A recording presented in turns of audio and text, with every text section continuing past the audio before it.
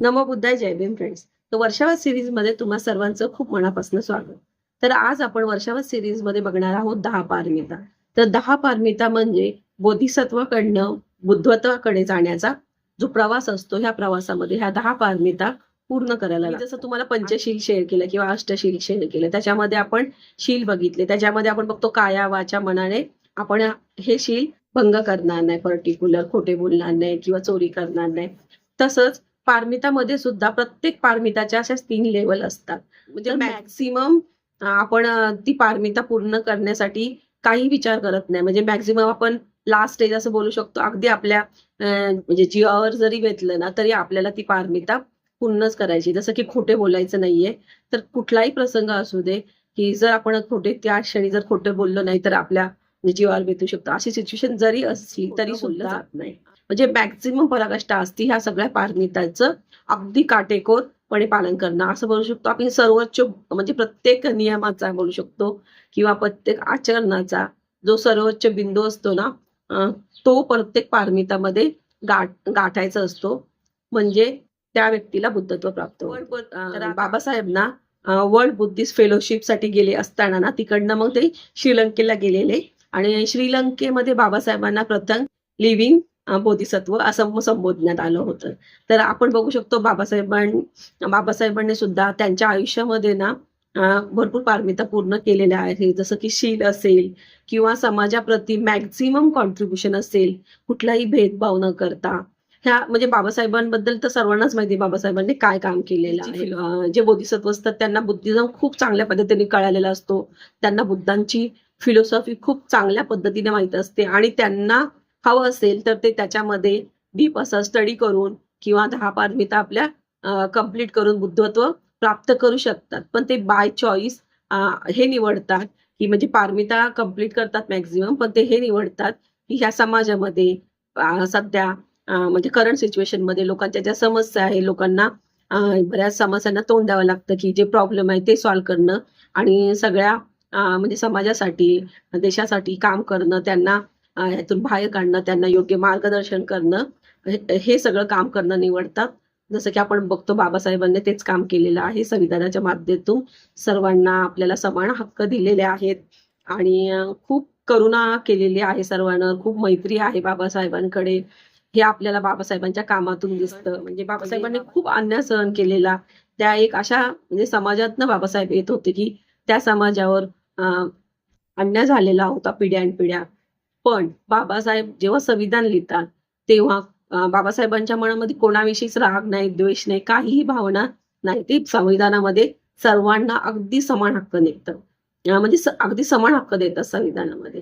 तर ह्यातूनच आपल्याला दिसतं की बाबासाहेब किती शीलवान होते किंवा त्यांच्या मनामध्ये किती करुणा, मैत्री होतं सगळ्यांसाठी.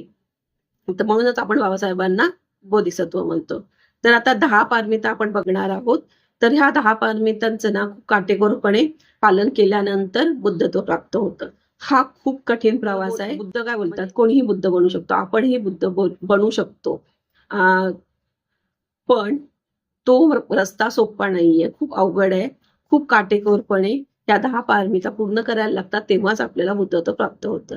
तर आपण ह्या व्हिडिओमध्ये ह्या 10 पारमितांपैकी 5 पारमिता बघणार आहोत आणि 5 पारमिता मी तुमच्याबरोबर नेक्स्ट व्हिडिओमध्ये शेअर करेल. तर आपली पहिली पारमिता आहे शील. म्हणजे क्रम जो आहे थोडासा मागे पुढे होऊ शकतो म्हणजे सांगताना. तर पण 10 पारमिता आपण कंप्लीट करणार आहोत. 10 म्हणजे 5 करणार आहोत ह्या व्हिडिओमध्ये आणि 5 पुढच्या व्हिडिओमध्ये. तर आपल्याला पहिली पारमिता जी आहे आपली ते शीलाचं पालन करणे किंवा जे बुद्ध बनण्याच्या प्रवासामध्ये असतात ते खूप काटेकोरपणे शीलाचं पालन करतात.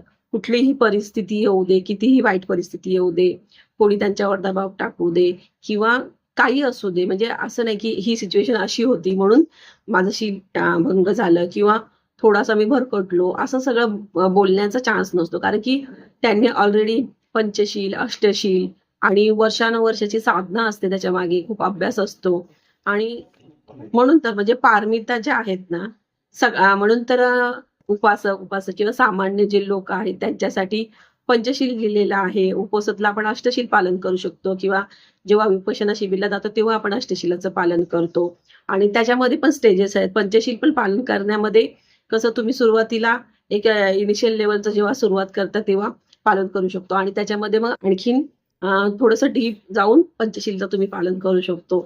अशा पद्धतीनेच ह्या पारमिता ज्या असतात ना, पारमिता खूप जास्त डीप असतात. म्हणजे सर्वोच्च बिंदू असतो. त्या बिंदू म्हणजे सर्वोच्च बिंदू म्हणजे कुठलाही म्हणजे कुठेच असा वाव नाहीये, की तुम्ही शीलभंग करू शकता कुठल्याही अंगाने तुमच्या. म्हणजे किंवा बाहेरून कधी-कधी काय होतं, तर बाहेरून आपण नाही करत, आपण शीलभंग नाही होत आपलं, करत नाहीये. पण मनामध्ये येतं. मनामधून तर शीलभंग होतो. मनामध्ये तर विचार कोण थांबवू शकत नाही. तर हाच फरक आहे म्हणजे साधनेमध्ये आणि अभ्यासामध्ये. एकदम डीप अभ्यास झाल्यानंतर आणि मन विकारमुक्त झाल्यानंतर त्यांच्या मनामधून सुद्धा ह्या सगळ्या पारमितांचं किंवा शिलांचं पालन केलं जातं. त्या पद्धतीने म्हणजे पारमितामध्ये हे शिलांचं पालन केलं जातं आणि त्यांना एक हे असते, की आपण जर असं काही चुकीचं केलं, शीलभंग केलं आपलं म्हणजे हे चुकीचं आहे. त्यांना त्याची म्हणजे माहिती असते, की आपण आपलं शीलभंग होऊ द्यायचं नाही आणि ते कुठल्याच अंगाने ते शीलभंग होऊ देत नाही. तर आता आपण बघूया दुसरी पारमिता. तर दुसरी पारमिता आहे दान पारमिता. तर दान पारमिता म्हणजे जसं की आता तुम्ही म्हणजे काही जण बोलू शकतात, हे तर सेम पंचशीलमध्ये आहे तेच आहे. हो, तेच आहे. त्याच्यामध्ये थोडं ॲड आहे.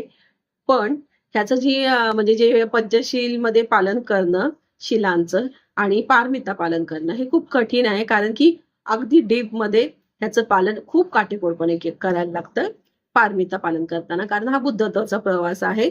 तर दान पारमितामध्ये जर वरवरचं आपण बघितलं, जसं की मी सांगितलं तुम्हाला प्रत्येक ह्याच्या म्हणजे 3 लेव्हल असतात. प्रत्येक पारमिताच्या 3 लेव्हल असतात त्या पालन करण्याच्या. जसं की आपण बघतो आता म्हणजे दान पारमिता. तर आपण लोकांना स्वइच्छेने दान देतो किंवा बाबासाहेबांनी सांगितलं आपल्या इन्कमचा एक ठराविक भाग आपण दान केला पाहिजे समाजासाठी. हे आपल्याला माहिती आहे. पण जेव्हा हे बुद्धत्वाकडचा जो प्रवास असतो ना, त्याच्यामध्ये जेव्हा पारमिता पालन करतात ना, तर अजिबात ते असं हातचं राखून करत नाहीत कुठलीच पारमिता. म्हणजे की आपल्याकडे आता थोडंसंच आहे. म्हणजे सपोज आता आपण एक्झाम्पल घेऊया, की आपल्याकडे 2 वेळचं जेवण आहे. तर आता म्हणजे किंवा 1 वेळचं जेवण आहे आणि समोरच्याला आपल्याला दान करायचंय. तर आपण कसं करणार आता? आपल्याकडेच नाहीये, तर त्याला कसं करणार? आपण हा विचार करू. किंवा आपण असा विचार करू, की आपण ह्यातला अर्धा भाग किंवा थोडासा भाग देऊ. पण जे बुद्धत्वाकडे जाण्याच्या मार्गावर असतात ना, ते तसा विचार नाही करत. ते पूर्ण दान करतात. म्हणजे संपूर्ण दान देऊन टाकतात. नाही नंतरचा विचार करत नाही किंवा हातचं राखून दान देत नाही. किंवा आपण त्याच्या पुढची स्टेज बघू शकतो, की अन्न, वस्त्र वगैरे किंवा पैशाच्या स्वरूपात वगैरे दान करणं, हे तर आहेच. पण त्याच्या पुढची स्टेप आहे, की म्हणजे ह्याच्या स्वरूपात दान करतात ते. मग आपले शारीरिक अवयव सुद्धा दान करतात. जसं की आपण पण बघतोच आता शिबिरं लागतात सगळीकडे, रक्तदान शिबिर असतं. आपण ब्लड डोनेट करतो. ब्लड डोनेशन जेव्हा कॅम्प असतात, तेव्हा बरेच जण ब्लड डोनेट करतात किंवा बरेच जण त्यांचे डोळे डोनेट करतात किंवा किंवा बरीच लोकं त्यांच्या शरीराचे काही अवयव सुद्धा दान करतात. पण काही जण असतात ना, म्हणजे काही जण असं सांगतात, की माझ्या डेथ नंतर माझ्या शरीराचे सगळे अवयव किंवा पर्टिक्युलर काही अवयव दान करतो म्हणून आधीच ते असं म्हणजे लिहून देतात सर्वांना. लिहून दिलेलं असतं म्हणजे आधीच त्यांनी. पण जे बोधिसत्वाकडे जाण्याचं म्हणजे बुद्धत्वाकडे जाण्याचा जो प्रवास आहे त्याच्यामध्ये ही दान पारमिता फॉलो करताना ना, आपल्या जिवंतपणे सुद्धा आपले काही अवयव दुसऱ्यांसाठी दान करते. दान म्हणजे फक्त वस्तू दान किंवा भोजनदान इथपर्यंत सीमित न जाता त्याच्या पुढची स्टेप आहे दानाची. म्हणजे आपण आपल्या शरीराचे अवयव सुद्धा आपण दान करतो. आपण म्हणजे जसं उदाहरण बघायचं असेल दान पारमिता पूर्ण करणं म्हणजे आपण फुलेंचं खूप छान उदाहरण घेऊ शकतो. जो मूव्ही आलेला फुलेंवर तो मी बघितलेला म्हणजे त्यातले एक मला आठवतं म्हणजे एक सिच्युएशन की त्यावेळेच्या प्रचलित प्रथेनुसार एका मुलगा आणि मुलगीचं लग्न वेगळ्या पद्धतीने अ, अ, फुले आणि सावित्रीबाई लावतात. त्यामुळे त्यांच्यावर कोर्टामध्ये केस दाखल केली जाते ठराविक समाजाकडनं आणि त्यांना फाईन बसवला जातो आणि तिथे ते केस हारतात, त्यांना फाईन लागतो आणि पण ते पुढे मग पुढच्या कोर्टामध्ये केस लढण्यासाठी त्यांना पैशाची गरज असते आणि त्यावेळेला म्हणजे ते त्यांच्याकडे मळे होते, फुलांचे बागा होत्या म्हणजे. इन शॉर्ट जमीन होती, जमीन भरपूर प्रमाणामध्ये. तर त्यांना त्या केस लढताना ना खूप सगळी जमीन आपली विकायला लागली होती आणि त्याच्यामध्ये मग जे त्या मुलगा आणि मुलीचे जे आई-वडील असतात ते सुद्धा फुलेंकडे येतात आणि सांगतात, की जी म्हणजे फाईनशी आहे म्हणजे खूप छोटीशी आहे, ती देऊन आपण हा विषय संपवू शकतो. पण फुले म्हणतात हा स्वाभिमानाचा आणि सत्याचा लढा आहे. तर आपल्याला सत्यासाठी लढायचंय. तर आपण फाईन देऊन हा संपू शकतो विषय इथे. पण पुढच्या समाजासाठी आदर्श निर्माण करणं आणि सत्याच्या बाजूने उभं राहणं, त्यासाठी मग आपला लॉस झाला तरी चालेल. पण आपण जी सत्य म्हणजे बाजू आहे सत्याची त्याच्या बाजूने उभं राहतं आणि त्याच्यासाठी म्हणजे एक प्रकारे ते दानच आहे. त्या व्यक्तीच्या बाजूने त्या मुला आणि मुलीच्या ज्यांचा अशा पद्धतीने विवाहाचा निर्णय त्यांच्या आई वडिलांनी फुलेंच्या मार्गदर्शनासाठी घेतला होता. त्यांच्या बाजूने ही केस लढताना फुले अक्षरशः त्यांच्या जमिनी विकतात. इव्हन आपल्याला म्हणजे फुलेंची स्टोरी जर आपण वाचली असेल तर आपण बघू शकतो. म्हणजे फुलेंनी एवढं समाजकार्य केलेलं आहे. फुलेंच्या घरी खूप सगळी लोक म्हणजे फ्रीमध्ये जेवायचे, खूप म्हणजे दान करायचे. फुलेंकडे जी संपत्ती होती ती सर्व त्यांनी समाज कल्याणासाठी वापरली. म्हणजे असं विचार नाही केला की माझ्या पुढच्या पिढीसाठी उपयोगी येईल किंवा माझ्या वाईफसाठी उपयोगी, माझ्या मुलासाठी उपयोगी येईल असा विचार न करता फुलेंकडे जेवढीही संपत्ती होती ती पूर्ण त्यांनी समाजकार्यासाठी यूज केली. तर इथे आपल्याला हे खूप छान असं उदाहरण भेटतं दान पारमिताचं. तर म्हणजे हाच आहे की दान पारमिता जी पूर्ण करायची, दान तर आपणही करतो आपल्या कुवतेनुसार, म्हणजे ह्याच्यानुसार आपण दान करत असतो. पण जे बुद्धत्वाकडे जाण्याच्या मार्गावर असतात ना, ते अगदी पराकाष्ठा गाठतात त्या पारमिताची पूर्ण करण्यासाठी. अगदी आपलं सगळं पणाला लावतात ती पारमिता पूर्ण होण्यासाठी. ती झाली दान पारमिता. आपण आता बघूया आपली तिसरी पारमिता. तर तिसरी पारमिता आहे उपेक्षा. उपेक्षा म्हणजे कोणाचाही तिरस्कार न करणे, आपल्यामध्ये सद्गुण वाढवणे आणि कुठल्याही सिच्युएशन मध्ये कुठल्याही पर्टिक्युलर व्यक्तीविषयी ना जास्त लोभ असणे, ना जास्त असक्ती असणे किंवा ना तिरस्कार असणे त्याचा. म्हणजे आता कुठली एखादी वाईट गोष्ट आहे तर वाईट गोष्टीला हळहळत न बसणं किंवा दुःखी न होणं किंवा खूप आनंददायी गोष्टी आहे तर खूप आनंद झालेला आहे, खूप चांगलं काहीतरी घडलेलं आहे आपल्या आयुष्यात आणि त्याच्यामुळे खूप आनंदी होऊन भारावून न जाणं, त्याच्यामध्ये आपल्याला गर्व होऊ शकतो आणि पुढील आयुष्यात आपण चुका करू शकतो आनंदाने खूप भारावून गेल्यामुळे. कारण की बुद्ध काय सांगतात की कुठलीही सिच्युएशन असू दे, दुःख असू दे, सुख असू दे किंवा दुःख असू दे किंवा कुठलीही परिस्थिती असू, कुठलीच परिस्थिती ही कायमस्वरूपी नाही, ती चेंज होणार आहे, कंटिन्यू चेंज होणार आहे. तर त्याचं दुःख कशाला करत बसायचं. इन शॉर्ट तुम्ही बोलू शकता की समतेमध्ये राहणं, कुठल्याही परिस्थितीमध्ये समतेमध्ये राहणं. आता आपले जे आजूबाजूचे लोक असतील म्हणजे आपली फॅमिली असेल, आपले जे मित्रमंडळी असतील त्यांच्याविषयी आपण नेहमीच म्हणजे प्रेम असतं आपल्या मनामध्ये, आदर असतो. पण म्हणजे जे व्यक्ती आपल्याला कमी आवडतात किंवा आवडत नाहीये किंवा त्यांच्या काही गोष्टी आपल्याला पटत नाही, अशी लोक असतातच की आपल्या आजूबाजूला. पण त्यांच्याविषयी सुद्धा मनामध्ये कुठल्याही प्रकारचा द्वेष, राग काहीच न ठेवणं, समतेमध्ये राहणं इन शॉर्ट. म्हणजे आता आपण बोलू शकतो विपश्यनेमध्ये जेव्हा आपण मनावर काम करतो ना आपल्या, तेव्हा विपश्यनेमध्ये जेव्हा आपण श्वासाद्वारे आपल्या शरीरात बघतो तेव्हा पण अशा सिच्युएशन येतात किंवा शरीरावर अशा संवेदना जागवतात. म्हणजे शरीरावर अशा संवेदना होतात की ही खूप छान आहे. तर असं होतं आपल्याला की खूप आनंद वाटतं, अरे मस्त वाटतंय, ही फिलिंग खूप छान आहे, खूप छान वाटतं मला या सगळ्या फिलिंगने. किंवा असंही होतं जेव्हा आपण श्वासावर कॉन्सन्ट्रेशन करत असतो आणि शरीरामध्ये आपल्या बघत असतो तेव्हा आपल्याला असं वाटतं अरे खूप इरिटिंग आहे, इकडे खाज येते किंवा इकडे पेनच होतो, इकडे काहीतरी होतंय. तर मला खूप इरिटिंग वाटते, अरे हे नकोय मला. आणि खूप चांगलं काहीतरी म्हणजे संवेदना होत असेल, अरे हे खूप छान आहे, हे असं खूप वेळ असंच राहू दे. तर असं काही वाटून घेता नाही. बुद्धांनी काय सांगितलं, जे आहे तसं बघणं. म्हणजे त्याच्याविषयी खूप जास्त एक्साइटेड पण नाही व्हायचं आपल्याला, खूप जास्त दुःखी नाही व्हायचं आणि खूप जास्त आनंदी सुद्धा नाही.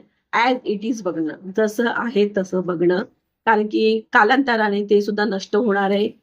काहीच कायमस्वरूपी नाहीये इथे. त्यामुळे आपण समतेमध्ये राहिलं पाहिजे. सद्गुणांचा आपल्यामध्ये विकास केला पाहिजे. आपल्या मनावर म्हणजे काम केलं पाहिजे आणि सगळ्या गोष्टी आपल्या आयुष्यात आजूबाजूमध्ये ज्या घडतात ना, त्या अगदी जशा आहेत तशा आपण बघितल्या पाहिजेत. कुठलंही रिॲक्शन किंवा कुठलीही म्हणजे अग्रेसिव्ह फिलिंग व्यक्त न करता, म्हणजे काय बोलतात, जास्त हॅपीनेस पण नाही किंवा जास्त सॅडनेस केलं नाही, क्रोध नाही, राग नाही, लोभ नाही, काहीच त्याच्या प्रतिक्रिया न देता समतेमध्ये राहून जे आहे जसं आहे तसं एक्सेप्ट करणं म्हणजे उपेक्षा.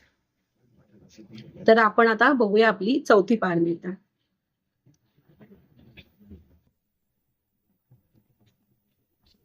तर चौथी पारमिता आहे नैष्क्रम्य. निष्क्रिय म्हणजे काय? एका ठराविक म्हणजे पारमिता पूर्ण करण्यासाठी घर सोडणे. म्हणजे जे आपले सुख आहेत, म्हणजे असं बोलू शकतो जी लक्झरी लाईफ आहे, जो कम्फर्ट झोन आहे तो सोडणे. उंची कपडे असतील, ते सगळं सोडणे आणि अ, असं जीवन व्यतीत करणे, साधना करणे. मिनिमम ज्या गरजेच्या आहेत त्याच गोष्टींवर आयुष्य काढणे आणि स्वतःवर काम करणे. याला बोलतात निष्क्रम्य. हे काही जबरदस्तीने नाहीये. जे ह्या पारमिता पूर्ण करतात ना, त्या स्वइच्छेने करत असतात. म्हणून तर गृहस्थांसाठी वेगळे नियम आहेत आणि भिक्षूंसाठी वेगळे. प्लस ज्यांना बुद्धत्व प्राप्त करायचंय त्यांच्यासाठी अतिशय काय बोलतात कठीण असे नियम आहेत. तेव्हाच त्यांना ते प्राप्त होऊ शकतं. तर निष्क्रियम्य ह्याचा अर्थ असं होतो, की आपलं घरदार सोडणे, आपल्या ज्याही आसक्ती आहेत, अ, ज्या अटॅचमेंट आहे सगळ्यांविषयी ती सोडणं, त्यातनं अलिप्त होणं.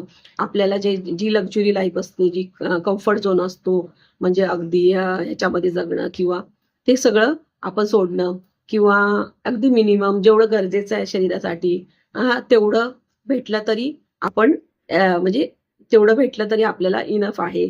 जसं की आपण बघू शकतो बुद्धांच्या काळामध्ये भिक्षू लोक चारिका करायचे आणि कधी बऱ्याच वेळेला असं होत असेल, की काही जण त्यांचा राग करतात, काही जण द्वेष करतात त्यांचा, काही जण खूप प्रेम करतात, खूप आदर व्यक्त करतात, काही जण अगदी त्यांना खूप छान असं भोजनदान देतात किंवा कधी-कधी कोणी कधी त्यांना खायला भेटत नाहीये. अशा परिस्थिती जरी असल्या, तरी कुठल्याही परिस्थितीमध्ये अ, अ, ते राग, द्वेष काही व्यक्त करत नाही. म्हणजे समतेमध्ये राहतात. ऑफकोर्स हे ह्याच्यामध्ये येतं उपेक्षामध्ये आणि निष्क्रियमध्ये मग सुद्धा अशी लाईफ जे जगतात. म्हणजे अशी लाईफ ते स्वतःच चूज करतात. पण तशा लाईफमध्ये जगताना ते स्वतःच्या मनामध्ये कोणाविषयी म्हणजे समोरचा माणूस आपल्याविषयी प्रेमाने वागतो म्हणून त्याच्याविषयी चांगला विचार करणं किंवा चुकीचा वागतोय म्हणून त्याच्याविषयी वाईट विचार करणं, असं काही न करता आपलं जे काम आहे ते करत राहतात. निष्क्रिय म्हणजे कशा ज्या अडकवणाऱ्या गोष्टी आहेत आपल्याला, आपलं मन अडकवणाऱ्या किंवा आपल्याला जे करायचंय त्याच्यामध्ये बाधा येऊ शकते पात्रता पूर्ण करताना. त्या गोष्टींपासून लांब होणं आणि समतेमध्ये आपलं जीवन जगणं, ह्याला बोलतात निष्क्रिय. आता आपली 5वी पारमिता जी आहे ती वीर्य. वीर्य म्हणजे कुठलं काम आपण हाती घेतलेलं आहे. आपण ठरवलेलं आहे. हे काम मला करायचंच आहे आणि कुठलंही संकट येऊ दे, कुठलीही बाधा येऊ दे, म्हणजे अगदी आपल्या जीवावर जरी बेतलं तरी आपल्याला ते काम पूर्णच करायचंय. आपल्या प्रयत्नांची अगदी पराकाष्ठा करायची आहे.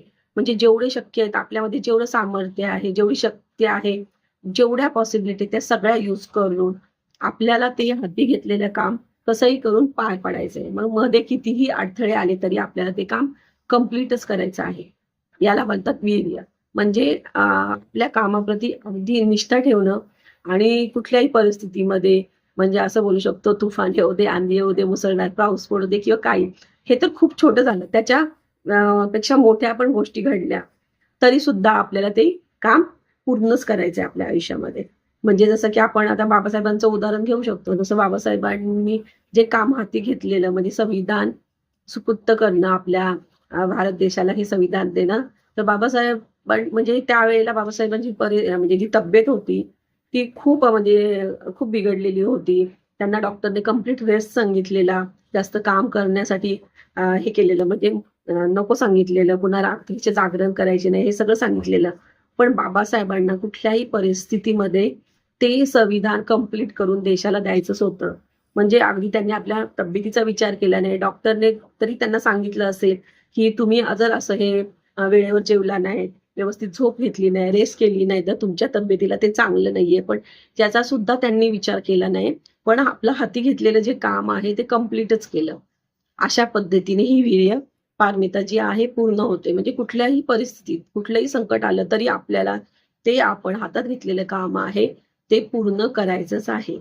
तर अशा पद्धतीने ना ह्या पारमितांचं पालन केलं जातं आणि ह्या पारमितांचं अतिशय कठीण पद्धतीने अगदी म्हणजे पराकाष्ठा असते प्रयत्नांची आणि सर्वोच्च बिंदूपर्यंत ते म्हणजे पालन करतातच. तो झाला बुद्धत्वाचा प्रवास.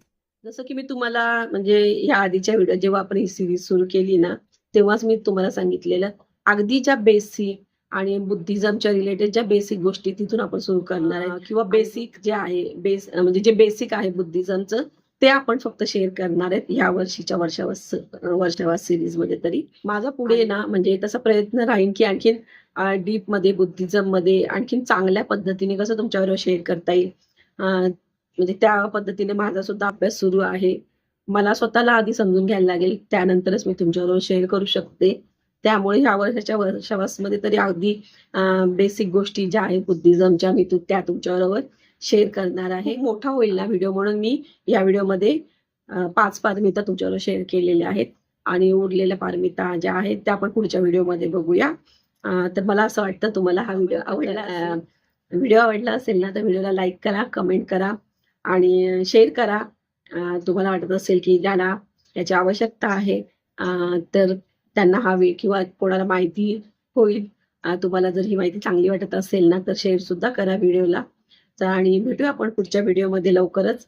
आणि तो पुढच्या व्हिडिओमध्ये आपण उरलेल्या ज्या आपल्या 5 पारमिता आहेत त्या बघणार आहोत पुढच्या व्हिडिओमध्ये. तर चला भेटूया पुढच्या व्हिडिओमध्ये. तोपर्यंत बाय सगळ्यांना.